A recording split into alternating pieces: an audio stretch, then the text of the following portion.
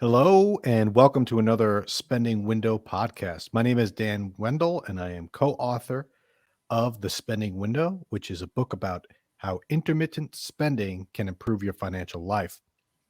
Now, today's topic, we're going to be talking about a common question that we get when it comes to the spending window. And to help me with that, I'm going to bring in my co author, Angelo De Rosalia, to join me. There he is. Angelo. So today, what I want to do is talk about some of the common questions we initially get when people start exploring creating a spending window. And I thought I'd throw it to you first and see what is one of the common questions that you seem to get when you're introducing this topic to people once they get familiar with the concept itself and are starting to explore actually engaging in intermittent spending. Sure. Thanks for having me today. So, we're at the point where we've talked through what is a spending window, what could it do for me, and we've had so many people realize the value that could be gained by um, adopting this lifestyle and this ongoing approach to how you spend your hard-earned money. And after you've committed to doing this, um, often people say, "Well, hey, wait a minute. What about X or what about Y or what about Z?" And probably the most common point that people bring up at that phase of the process is what's going to prevent me from overspending. So I'm used to having the concept of a budget. You know, we've talked about the four-letter word budget before on our channel, and you always need to outline how much do I have to spend, what do I get to spend it on, and you're basically not telling me that I need to even think about how much I have to spend and what to spend it on. You're telling me to do this in a time based or a temporal fashion, and what's to prevent me from overspending? I completely agree with you on that. I get that question a lot.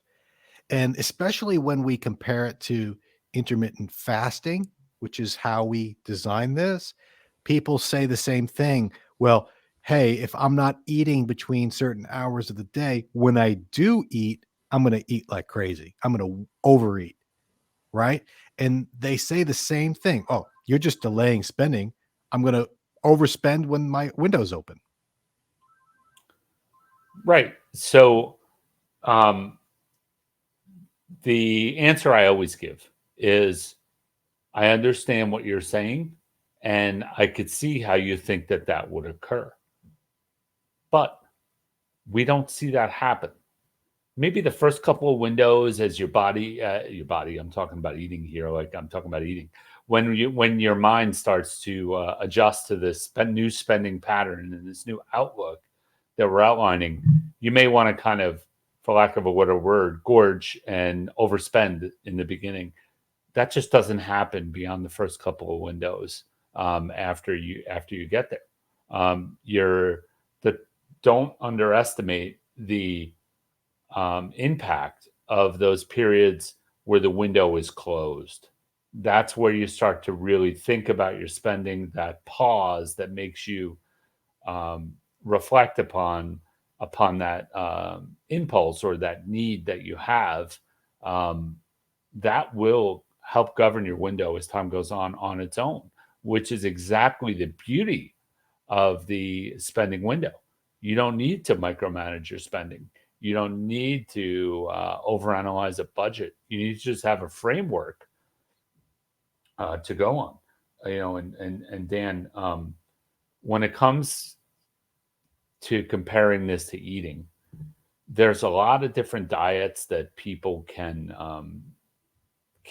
adopt to lose weight, and there's so many different diets that work.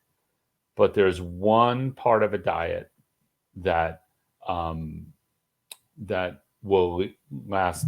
There's one diet that lasts to gives you long lasting results, and that one aspect is how sustainable is this in the long term?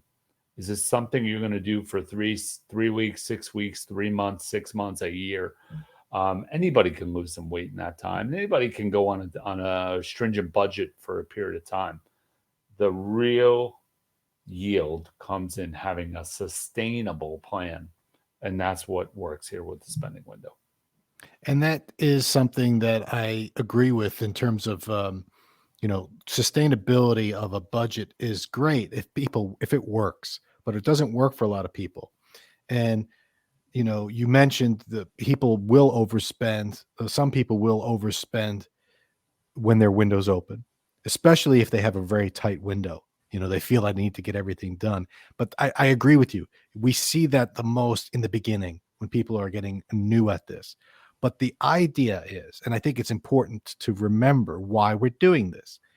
People are engaging in intermittent spending because they do not like the way their financial situation goes now. They do not like or they do not enjoy the behaviors that they have. And so they're looking to make a change. The traditional budgeting hasn't worked. The beating yourself up hasn't worked, and going into debt is not helping you. So the idea behind intermittent spending is a new strategy, a new approach that reduces the decision making and limits it to just a very simple: is my window open or closed?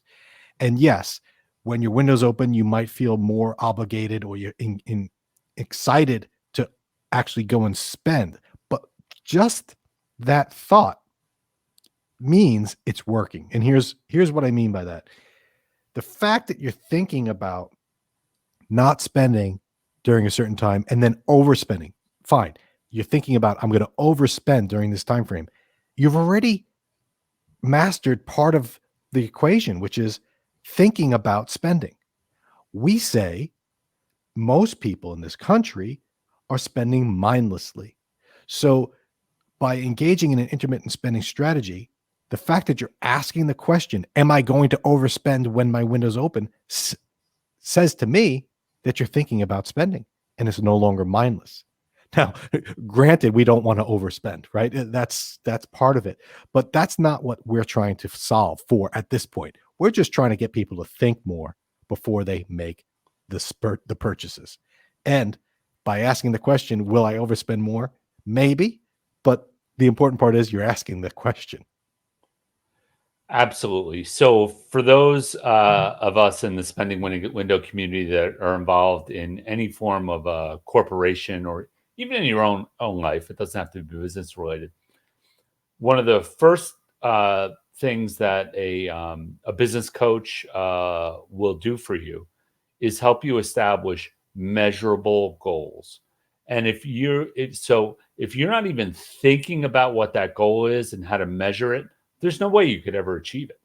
So just starting to think about the spending side of things is in my mind much more than half the battle.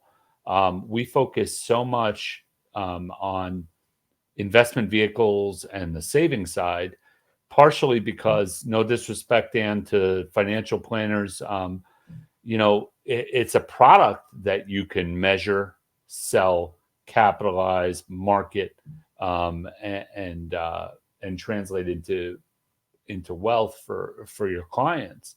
But the spending side doesn't really have that equivalent where measuring, reducing, improving upon spending is something that's hard for businesses to monetize. So, that's something that you need to do on your own, frankly. And it's so attainable. Any level of education, any level of income, any stage of your life, this recipe will work. Yeah, we're not approaching what you're spending your money on. We're not talking about that. We're not focusing on should I buy new or used or when, we're talking about when you're spending and just getting you to think about it. That's the overall goal. The budgeting, what is the better purchase, that comes later. That is an advanced topic. And there's plenty of literature out there. There's plenty of experts out there that talk about different types of purchases, which are better, which are worse. We have minimalist movement. Do you need this stuff? But you can't get there. You can't start there. You have to begin with, what am I doing? literally, what am I doing? Am I spending or am I not spending? We boil it down to that. It's a very simple question you can ask yourself. Am I spending money right now? Yes or no? Should I be spending money right now? Yes or no? That's what we focus on. We're not talking about what. If it's not a pretzel at the mall or a brand new car, it doesn't matter. There is no spending when your window's closed. And I think people forget that. They like the idea of the spending window. They like the idea of intermittent spending. They say, oh, I'm just going to save up my purchases and purchase more later. Fine. But at least you're thinking about it now. And I can't stress it enough. Just getting the ball rolling and thinking about it is what you should be doing. And it's helpful. Don't get bogged down in this idea of shooting down the idea before trying it. Oh, it's not going to work for me. I'm just going to overspend. I'm not going to go on a intermittent fasting diet because I'm just going to overeat when my window's open. That's not why you do it. You're trying to change your behaviors, and that's why we're here. And I think it's a really good question, Angelo. I think I get it. Majority of the time, if I had to pick the top question, it would be, how do I stop myself from overspending? Different discussion, but it first starts by realizing that you are spending.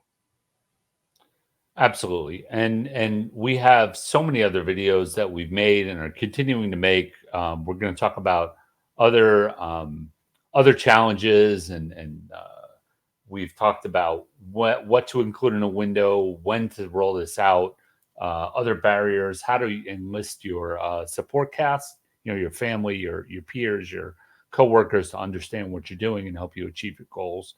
So this is one slice of that bigger pie that we're working on.